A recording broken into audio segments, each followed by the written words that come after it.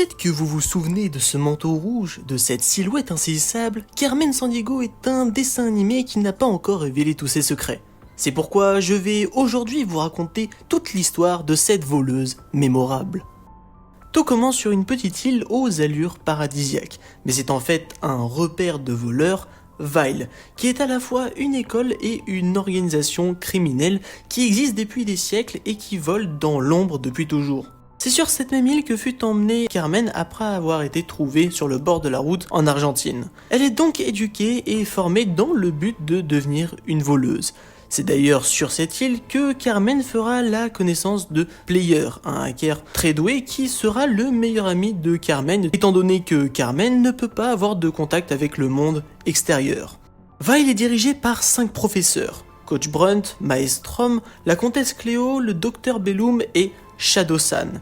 Durant ses études, Carmen se fait de nombreux amis comme par exemple Crackle, la chèvre ou alors El Topo, mais elle se fait également une sorte de rivale, Tigresse. Il y a également d'autres agents quelque peu particuliers comme par exemple le mime marteau. Oui, c'est vraiment comme ça qu'il s'appelle, sachant que c'est un voleur professionnel.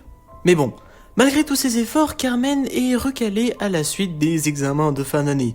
Alors, en s'infiltrant dans une mission, elle se rend compte de la véritable nature de Vile, qui est la voix infâme de l'escroquerie.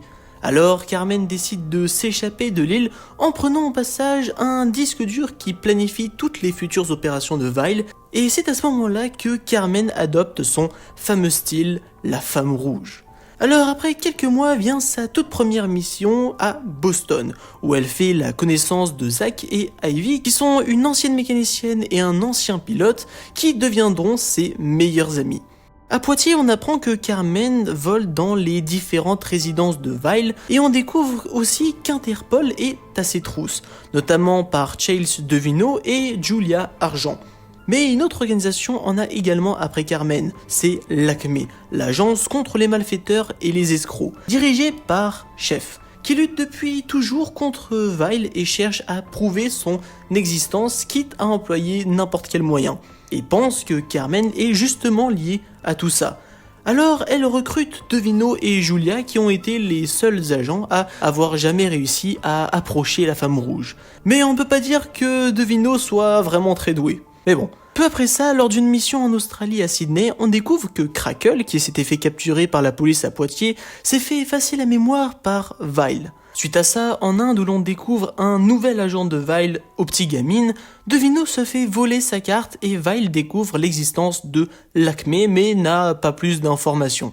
Après avoir craqué la carte, Vile pense que Devino et Carmen sont complices. Alors, Vile kidnappe Devino pour l'interroger et attirer Carmen. Donc, après une petite diversion, Carmen sauve Devino qui appelle Chef.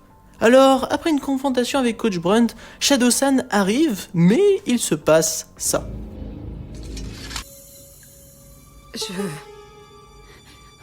Je ne comprends pas. C'est vrai que là, on aurait bien besoin d'explications. On apprend que finalement, Shadow-san a toujours été du côté de Carmen. Il a toujours été dur envers elle car il ne voulait pas qu'elle suive la mauvaise voie, celle du crime. Mais il n'en dit pas plus et laisse un disque dur à Carmen. Carmen continue alors son aventure mais reste très perturbée par le fait que ce soit Shadow-san qui l'ait trouvé au bord de la route et non Coach Brunt. De son côté, Devino est viré de l'ACME à cause de son tempérament un peu trop violent. Mais à Rio, Carmen retrouve Shadow-san et fait maintenant partie de l'équipe avec lui. Malgré le fait que Julia soit dans l'ACME, elle croit en Carmen et n'hésitera pas à faire à plusieurs reprises équipe avec elle.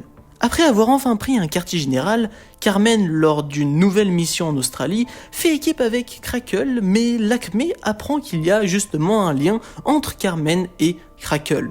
Ne pouvant pas prendre le risque d'être exposé, Vile abandonne son île pour s'installer dans un château. Lors d'une mission, Carmen apprend que Shadow-san n'était pas en Argentine pour une simple mission de vol. Il était chargé de tuer le père de Carmen.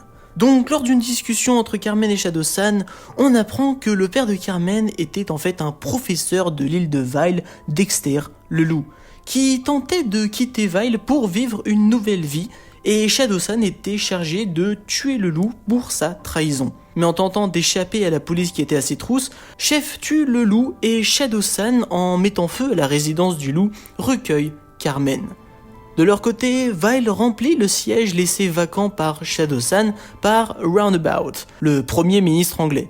Devino, qui a été réembauché par l'Acme, fait de nouveau équipe avec Julia, qui décide finalement de rapidement quitter l'Acme pour devenir historienne et ainsi suivre sa passion. Suite à ça, quelques nouvelles aventures s'enchaînent, comme par exemple une en Italie pour arriver en Angleterre, où Roundabout prévoit de voler les joyaux de la couronne tout en piégeant Carmen, mais naturellement son plan échoue et après s'être fait arrêter par la police, ne fait plus partie des professeurs de Vile. Après ça, quelques aventures s'enchaînent de nouveau sans grand intérêt pour notre histoire. Mis à part l'Acme qui fait retrouver la mémoire à Crackle, qui finalement, après de nombreuses discussions avec Carmen, retourne chez Vile. Peu après, une relique portant le symbole de Vile est trouvée en Turquie, qui est en réalité une des 3 reliques permettant d'accéder au plus grand trésor de Vile. Alors, après que la 2e relique ait été récupérée en Norvège par Vile, Carmen récupère la 3e en Inde. Mais au cours de sa mission, Vile découvre que Carmen faisait équipe avec Julia qui décryptait les différentes inscriptions sur les reliques. Alors Vile la kidnappe pour l'utiliser et décrypter l'énigme menant au plus grand trésor de Vile. Ils se rendent alors dans les grandes pyramides d'Égypte, suivis par Devino et Carmen qui font finalement équipe pour sauver Julia. Alors les 3 reliques réunies, la salle du trésor s'ouvre et Vile a gagné. Enfin, leur victoire est de courte durée car Devino appelle Chef qui prévient directement la police locale. Alors, après cette aventure, Carmen révèle à Chef qu'elle était en fait la fille du loup, et que si elle retrouvait sa mère, alors elle lui dirait tout ce qu'elle veut savoir. Mais Vile ne reste pas sur sa défaite et enlève Carmen pour reconditionner son cerveau en modifiant ses souvenirs et en effaçant toute trace de gentillesse pour la mettre au service de Vile. Elle vole donc pour eux pendant plusieurs mois et arrive même à la table des professeurs. Mais Crackle décide de finalement aider l'Acme à sauver Carmen en lui tendant un piège et lui fait retrouver la mémoire grâce à la même machine qui l'a aidé. Donc, après la détermination de chacun, Carmen est finalement sauvée. Elle dévoile donc la position du quartier général de Vile à l'Acme qui met fin aux agissements de Vile. Donc, après avoir dit un dernier au revoir à Zack et à Ivy qui vont finir par rejoindre l'Acme, Carmen retrouve sa mère. Et c'est comme ça que s'achève la légende de Carmen Sandiego, qui continue toujours de combattre le mal dans l'ombre.